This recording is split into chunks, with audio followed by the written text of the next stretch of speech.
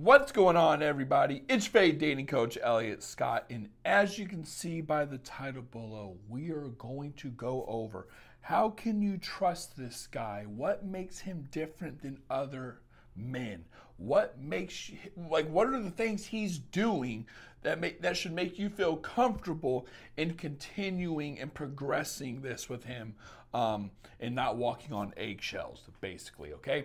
So, jumping right into this, I first want to say that it is hard to dictate the difference between an emotionally unavailable man and a man who has a serious intention on progressing and moving it towards a relationship. And here's the reason why. I do think a lot of emotionally unavailable men have good intentions in the beginning. A lot of clients would come to me and say, did he ever like me? Did it ever mean anything? How is it so easy for him just to toss this aside and this and that? And what the reason for that is, does he like you? Yeah, I do think it's genuine in the beginning, but when his back's against the corner and he realizes he can't give you what you're looking for, it's that pressure that makes it easy for him to give you a decision. Because at the end of the day, if he can't give you a relationship, he can't give you a relationship. It's one or the other, so he's going to leave. However, from what I experience in my own personal life, from people I know, and from a lot of my clients, it is genuine. The guy does like you. The guy is interested. The guy does have fun with you. He does want to get to know you and all that type of stuff. But when the price of it is relationship and he can't give you that, right? It's just a mindset thing. He just can't give you that. Now, why am I telling you this?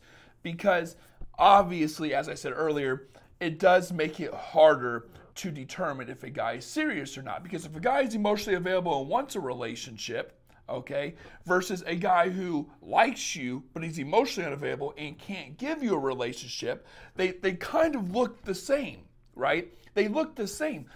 Both guys have good intentions. The only difference is along the path, right, towards righteousness or a relationship in this case, the pressure starts to build up, and this is what I call context, right? Now, if you're not familiar with this, I talk about this in my guides. I actually have it right here. One of them, I have 6 guides. I talk about this religiously in this kind of stuff in there, like the male mind, how he processes things and stuff like that, especially in the no contact guide. So make sure to get that. Links are down below. But what makes the difference is context is inevitable. It's not something you can avoid. It's not even something you should avoid. It's something you can build up and you should build up because it kind of brings to surface people's true intentions. And again, a guy's intention, an emotionally unavailable man's intentions might be good and sincere in the beginning, but the pressure is what pushes him away. So how can I tell this guy is genuine, okay? How can I tell this guy actually wants something serious? I have a rule of thumb. There's a reason, ladies, I talk about the 6 to 8 dates, right? Or 6 to 8 weeks. And the reason for that is I don't want you to take anything a guy says. Ladies, listen to this. This is what the video is about right here. I want you to take every single thing this mother effer says and does with a grain of salt for the first 4 to 5 weeks. And you should be dating other men. If you are not dating other men, you are fucking nuts. You are crazy. You are asking for it. I'm not saying you deserve it, girl. I'm not saying that. I need all the subscribers I can get. But you're asking for it, taking yourself off the market for a guy who you're not even sure of, or who's not even sure of you, right? Don't put yourself in that situation. So what does it look like? Both men, the emotionally available wanting a relationship and the emotionally unavailable who likes you but can't give you a relationship, they're both going to court you for the most part on average in the beginning, meaning getting to know you, meeting up on dates, paying for the dates, getting several dates under your guys' belt. The guy's going to initiate the good mornings, the texting, and all that type of stuff, okay? Now, what you're going to see, ladies, is about at the 4 to 5 dates or the 1 month part, you're going to see So the lines are looking like this. This is the emotionally unavailable man and the emotional guy. You're going to see it go like this. Let's pretend this is a graph. You're going to see it go like that. Then you're going to see the dip for one guy, and you're going to see kind of like the mellow out for the other. The dip is where you know the guy's intentions. You know, listen, ladies, guys are not stupid. We are risk avoidance. If he dips and you feel personally the vibe change, it has changed. There is a reason it has changed, okay? A guy doesn't like a girl and have this amazing time with her. Everything's going well, and then all of a sudden it dips off. A lot of women will say, is there another woman? There might be, but that's not the reason it dips off like that. Absolutely not. It dips off because he gets in his head. So I tell women, take everything a guy says with a grain of salt for the first month, month and a half, whatever. Like first 4, 5, 6 dates. Take everything a guy says with a grain of salt. Just focus on hanging out, having fun, and getting consistency. Both are going to give you consistency for the most part, but you know, it's over the long period. I always say you need a man to be consistently invested in you over time. That's the formula, right? Investing time, energy, effort, money into you consistently over time. Any guy can do it for a month, especially if it's working towards a goal that he has, such as getting in your pants or actually getting to know you. But can he cross the checkpoint, the threshold, the halfway, right? And continue moving it towards a relationship?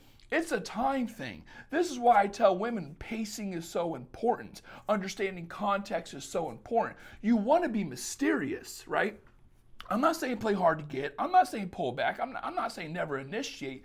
But you don't want to be gung-ho and open the floodgates and reveal everything and talk about being exclusive with each other, but not even in a fucking relationship. Women do that all the time. I don't know why. I have videos on that too if you're interested. But you want him to work for it. Again, not in a high maintenance way, but more of a kind of like peel back the layers or the curtain to kind of see where you stand. Like he has to be investing. As soon as you know he's chill on the investing, I'm not saying it can't drop, because if you think the investing is going to go like this forever, it doesn't. You want it to go like this and then kind of get to like a norm, like a normal routine that you guys have, such as, yeah, he was investing a lot, but now we're at the point where we see each other once or twice a week, and you know, the normal morning calls, the normal, you know, morning texts and texts throughout. Like you understand the dynamic between you two. If it keeps on going like this, something's wrong. If it goes like this and goes like this, something's wrong, okay? So you have to play the game of, or I guess the long game. But ladies, where you mess up is, I think you give too much too soon, you reveal too much, you come off too strong, too needy, too clingy, too desperate. You say things you shouldn't say, you give it to him too early, you, like all these things, and he knows listen, ladies, you have to look at it from a man's perspective, right? Here's some insight on the male mind. You have to look at it from his perspective. If you hook up with me early, right? Even if you don't hook up with me early, if you are talking to me consistently and things are going really well and the pace is fast and it's intense, right? How do you think what do you think he's thinking about you? Don't worry about him thinking, oh, this is too fast, this is too much, this is too this is too that, I can't do it. Don't worry about that. He knows, men know that you want it. No, because the average woman in Mother Nature's game plan, right? She's flipping through the books. A woman, it is nowhere in there does it say a woman's wasting her time with a guy and then moving on to the next, right? So what I'm getting at is he knows if you guys are gung-ho and you're all about it, hooking up and texting, going on multiple dates, you should be expecting something. You should be expecting a relationship. He knows that, right? So what I'm getting at is it's your job to control this context. If it's moving too fast, slow it down. If it's too much, call it out. Of course, in a playful way. And again, I say all this, it's somewhere in one of I have 5, 6 guides. So it's in one of them, right? I have a guide on power dynamics, no contact. you know, the male psychology, filtering man, it's in one of those, okay? But it's really important. If you want to know if you could trust a guy, I guess the formula is consistently investing his resources into you over time. There's no big spikes, there's no big dips. It goes like this, right? Because he has to invest and kind of prove himself. And then you guys kind of get into a thing. And the longer it goes, your job is to get to 6 to 8 weeks. The longer it goes, the more likely it is. Now, that's one way. The second way is you have to do two things. Number one, and don't take this wrong way, I've been saying this in a lot of my videos, ladies, I love you, trust me, but your situation is not different. Everyone thinks their situation's different. Everyone thinks they're special. Everyone thinks that their guy's not the same as the other guys that Elliot talks about, or I'm that 1% that Elliot talks about. No, you're not. You're the 99%. The guys that you're talking to are the 99.9% of guys I talk about, okay? You're not going to change the outcome. You have to listen to what I'm saying. You're not going to change it, okay? That is not going to happen. A lot of women think they can, but that's not the case. The second way to figuring, I mean, I guess this is kind of like a caveat, like a prerequisite, but the other way is you have to figure out if this guy has true intentions or not, is the background test, right? I call it the you got to question, you got to do your deep work, your detective work. You got to figure out this guy's dating history, because like I said, what I just preached for the last 30 seconds, if this guy's newly single, newly divorced, hasn't had a relationship in a long time, there's a huge age gap, right? All these things, you need to, distance. Not saying that stuff can't work. I have people in relationships all the time with the age gap. I have people in relationships all the time with the distance, right? And long distance. It just makes the chances less likely. And I do think it's something you need to take in consideration. You know, survivor bias. Everyone says, well, my mom's or my father-in-law's 20 years younger than my mom, or whatever, right? Or is that, no, not father-in-law, stepfather. 20 years younger than my mom, or my friend just married someone and they're 15 years apart. Okay, great. Now, take that into, like, for every one that works, there's hundreds, if not thousands, that doesn't work because of that situation or that reasoning, right? But again, I think those aren't the important ones. The important ones are, well, they are, but they're kind of lower on the list. The top 4 or 3 I always talk about is he newly single or newly divorced? Was he cheated on? When was his last relationship? Has he ever had a serious relationship?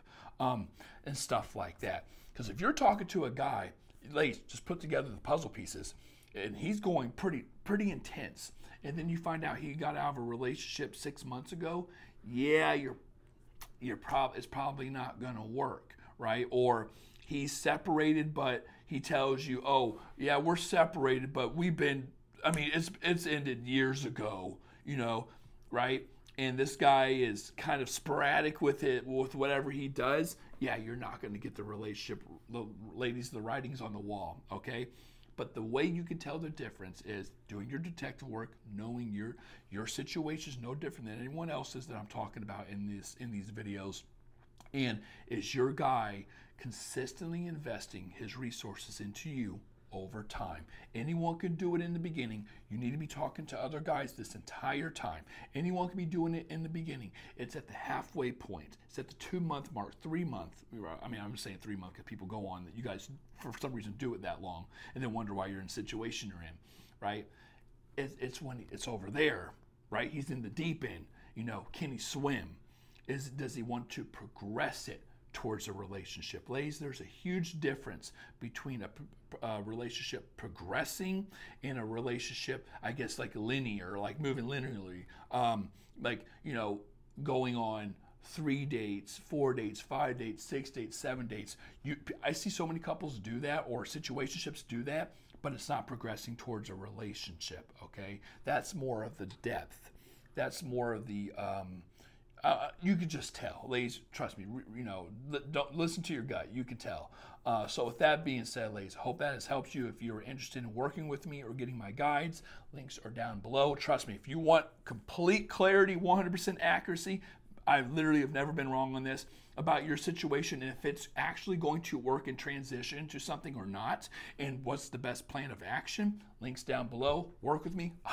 Ladies, I have never been wrong on it. If you want that closure, that clarity that he's not giving you, I got you, okay? I love you all. Take care and peace.